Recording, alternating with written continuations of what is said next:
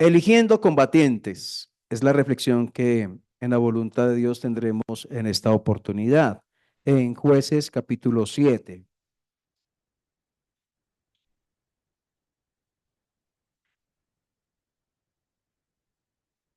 Como siempre vemos en Jueces, vemos un círculo vicioso de pecado, lo mirábamos la vez pasada, de juicio o castigo y también de salvación de parte de Dios.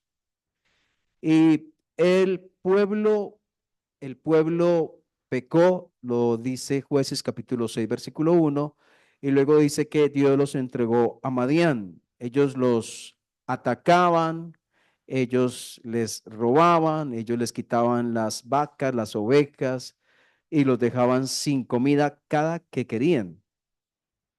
Entonces ellos estaban empobreciendo, estaban llegando a una situación bastante difícil. Eso lo puede leer usted en Jueces capítulo 6, los primeros versículos. Pero no vamos a leer ahorita Jueces 6, solamente dando el contexto de lo que vamos a ver.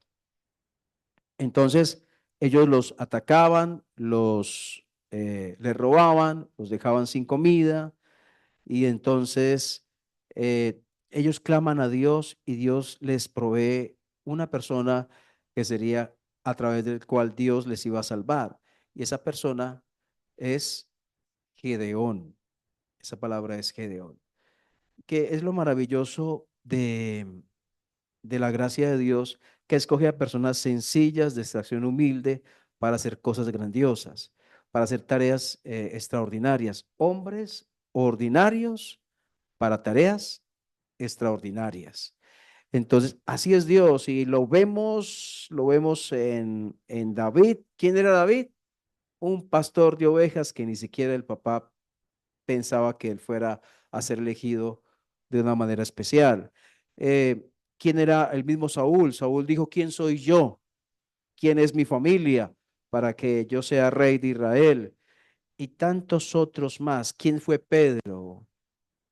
Ellos eran pescadores, gente del vulgo, decían los enemigos de la iglesia allí en Hechos, gente de vulgo, pero estas personas sin mayores pergaminos, sin familias, sin ser de sangre azul, causaron un impacto en el pueblo de Dios allí en el Antiguo Testamento y en el Nuevo Testamento en la iglesia. Esos pescadores llegaron a ser apóstoles, cosa maravillosa que Dios hizo con aquellos hombres pequeños a los ojos de los demás, e insignificantes tal vez, pero a los ojos de Dios de una manera impresionante Dios utiliza a alguien. Entonces, como eso pasa con ellos, entonces podemos pensarlo, Dios también lo puede hacer conmigo y lo hace. Bueno, entonces allí terminando el capítulo 6 de Jueces, convoca Gedeón, toca el cuerno, convoca para salir a combatir contra Madián y se unen unas 32.000 personas. Siempre es una buena cantidad, ¿cierto? 32.000 personas. Creo que estamos más o menos llegando a 80.000 ciudadanos en la ciudad de Caracas, más o menos mal contados el 50%, poquito menos del 50% de lo que es la ciudad. 32.000 personas es siempre gente. Pero ¿qué pasó? Entonces miramos en Jueces capítulo 7, versículo 1. Levantándose pues de mañana, Jeroboam, el cual es Gedeón, y todo el pueblo que estaba con él, acamparon junto a la fuente de Arot y tenía el campamento de los madianitas al norte más allá del collado de More en el valle.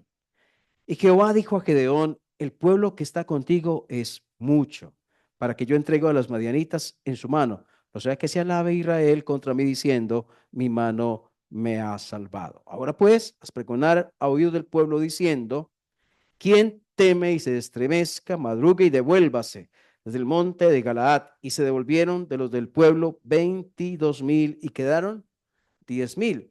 De ahí usted ya puede ver de dónde saqué que se habían unido unos 32.000 personas.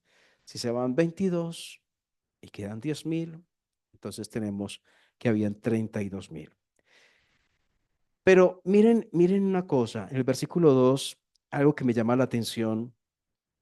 Dios le dice a Gedeón, el pueblo es mucho, dice, no sea que se alabe Israel contra mí diciendo, mi mano me ha salvado. Cuando perdemos de vista debido a la capacidad o a la fuerza que sentimos tener, ¿quién realmente da la victoria? ¿Quién realmente nos ayuda en el día a día? Cuando la persona se esmera tanto en su trabajo y le va bien, que se llena su corazón diciendo, lo hago, yo soy un tremendo para eso. Pero nos olvidamos y perdemos de vista que es Dios haciéndolo. Cuando trabajamos en la iglesia, en un ministerio y Dios nos bendice, nos ayuda, nos dirige y hay personas que resultan edificadas por ese ministerio y yo siento en mi corazón, lo hice bien, soy bueno. Entonces tal vez estemos olvidándonos quién realmente lo hace. Y Dios, hay una frase acá que yo pensaba, bueno, ¿qué significa? Dice, no se alabe Israel contra mí. Mire esa frase, contra mí diciendo, mi mano me ha salvado. Yo pensaba, ¿por qué dice Dios ahí que se alabaría Israel contra él? Porque en un sentido está usurpando lo que a Dios corresponde. Y cuando nosotros olvidamos en el ejercicio de nuestras labores espirituales o en cualquier área, que realmente quien merece la gloria es Dios. Quien merece la gloria es Dios. Ah, cómo ha cambiado usted. Ah, que, uy, no, usted es tremendo haber dejado ese vicio. Ah, cierto. Usted que estuvo tantos años con él.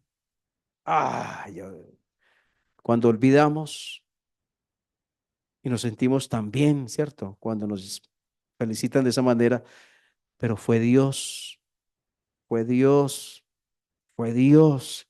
Entonces, de alguna manera, usurpamos nosotros como hombres, usurpamos lo que a Dios corresponde. Entonces, aquí dice, no se alabe Israel contra mí.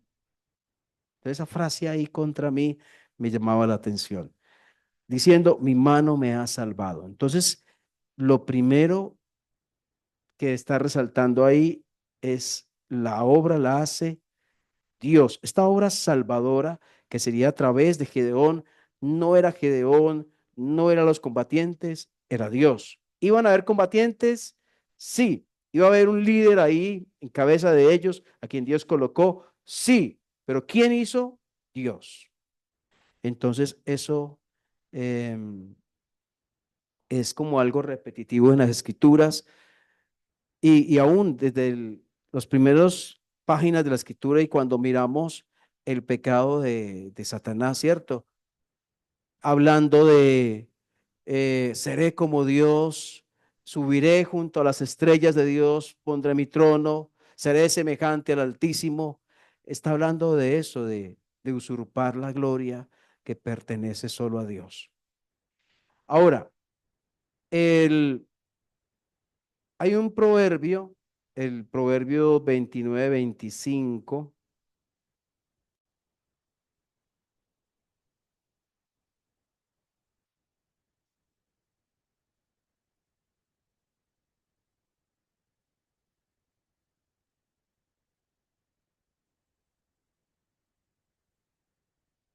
dice, el temor del hombre pondrá lazo, mas el que confía en Jehová será exaltado. El temor del hombre pondrá lazo.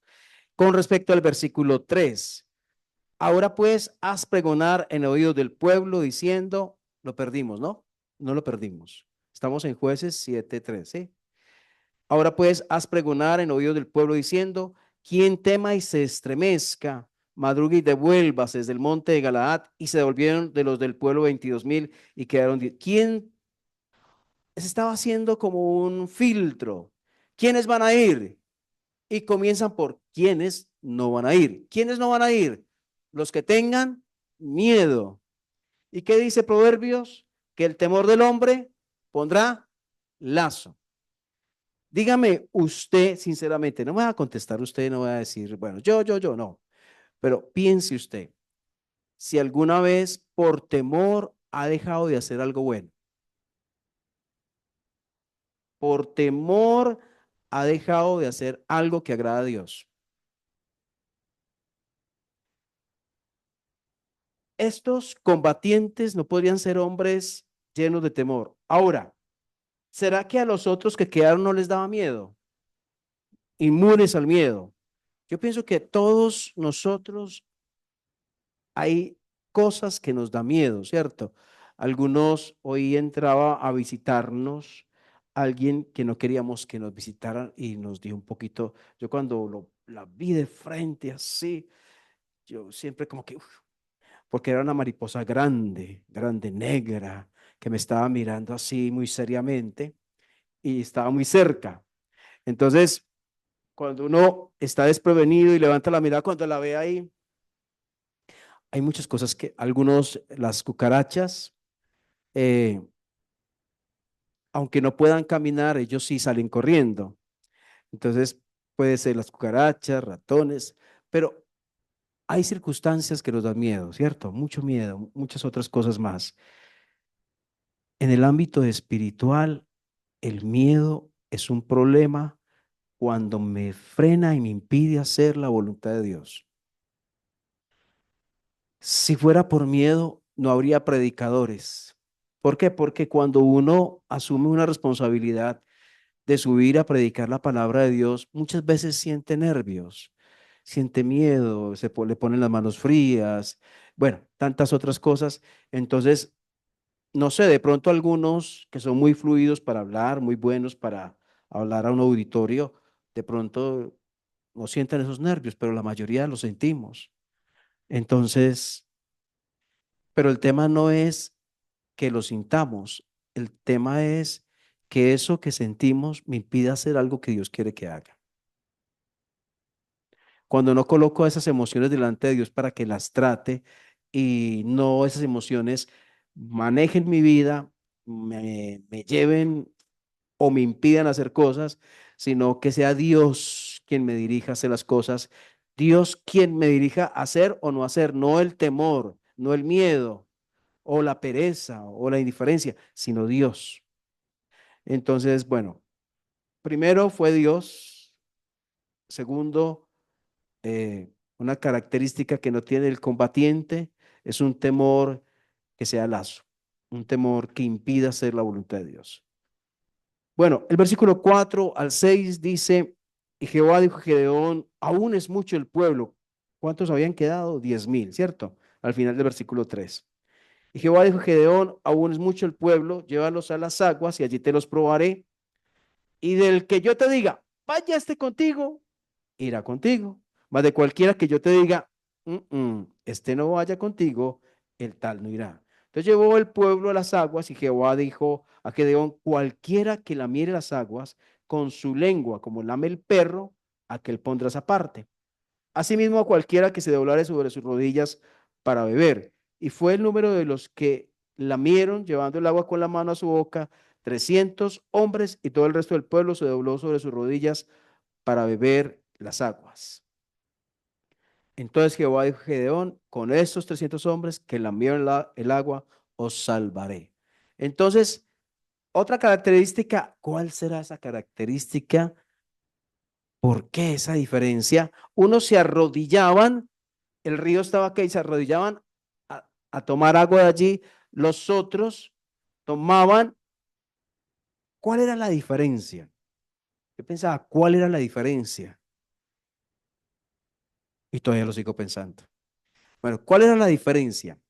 La diferencia, pienso yo, que es los que tomaron el agua y la lamieron, ¿sí? Ellos estaban alertas frente a un ataque, frente a una situación que pudiera suceder. Mientras los otros estaban como metidos allí en el tema del agua, estos estaban atentos, no solamente disfrutando del agua, sino atentos qué podía pasar. Entonces, la palabra alerta tal vez usted no le suene, pero tal vez le suene vigilar. ¿Ha escuchado la palabra vigilar? ¿Cómo es que dice? Para que no entréis en tentación, se me olvidó el versículo. Velad, eso, velad y orad, gracias. Velad y orad. Ese velar habla de vigilar, de estar atentos. Ese velar, vigilantes. Por eso por aquí dice Primera de Pedro 5:8.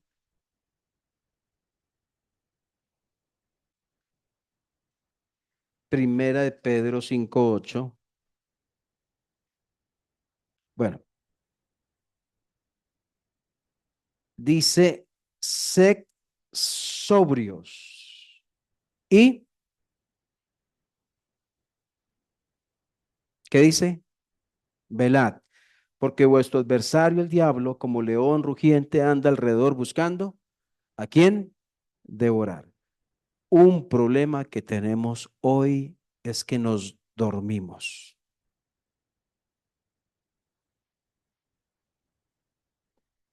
Nos dormimos los padres cuando perdemos de vista cambios en nuestros hijos y no identificamos los problemas. Nos dormimos los esposos, quienes frente a situaciones de incomodidad y roces con las esposas, no identificamos que hay cambios que tenemos que hacer o evaluaciones que tenemos que hacer a nuestro comportamiento. Se duermen las esposas cuando por causa de su ego, orgullo, como todos los tenemos, dejan de ver lo que está pasando a su alrededor, sea con hijos o con su esposo.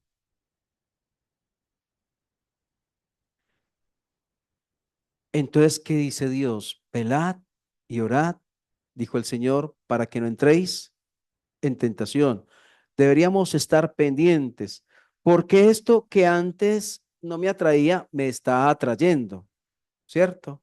Puede ser que en sí eso no sea malo, pero ese puede ser el inicio del camino a una caída, a un pecado, porque es, porque es que las cosas de Dios, como leer la Biblia, porque ahorita no le estoy hallando como tanto gusto, porque hoy no sentí el deseo de leer la Biblia, pero no, dejamos pasar un detalle, otro detalle y otro detalle, y entonces vienen cosas que no quisiéramos que llegaran.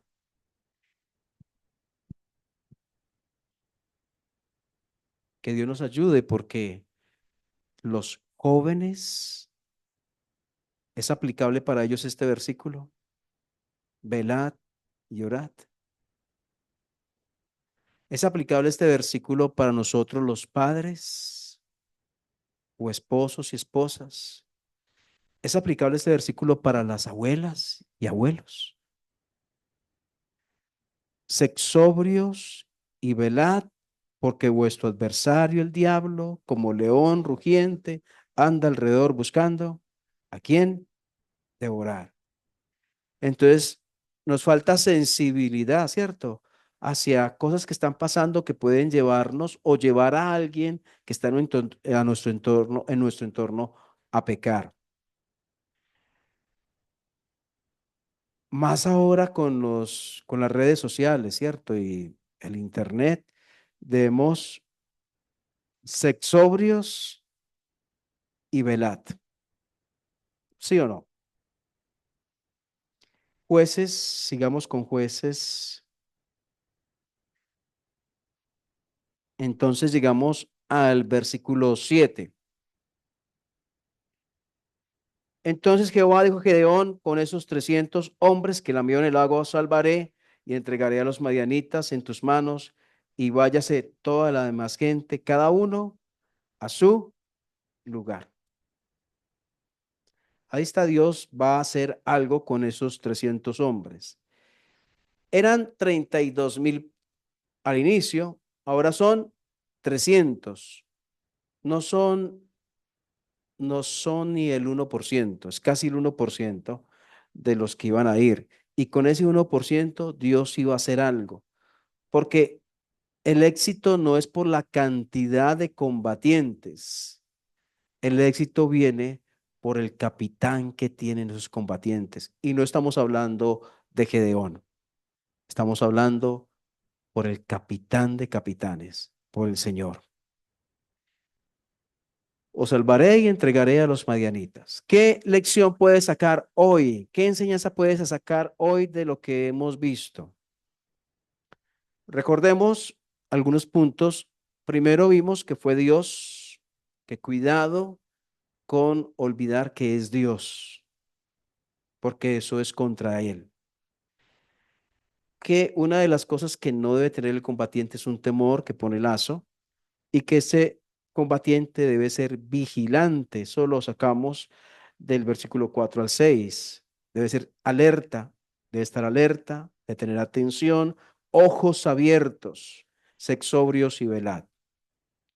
¿Aprendemos hoy algo para nuestra vida de lo que hemos leído?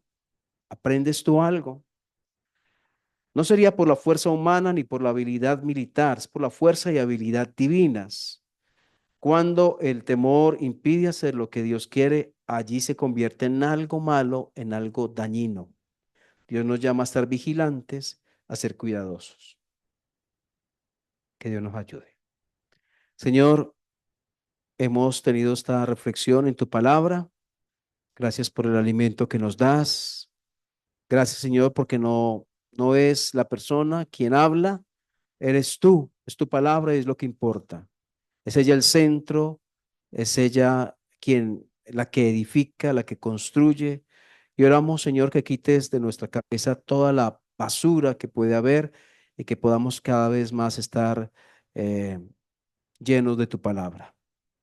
Ayúdanos, Señor, a recordar que eres tú y no nosotros, no a nosotros, oh Jehová, sino a tu nombre da gloria y honra.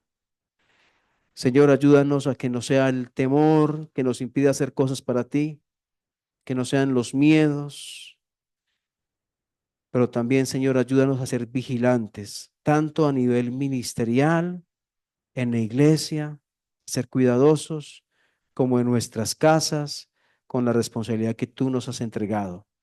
Seamos abuelos, seamos padres o madres, seamos hermanos o hermanas, en el lugar que tú nos has colocado a ser cuidadosos, ayúdanos, Señor, a ser sabios.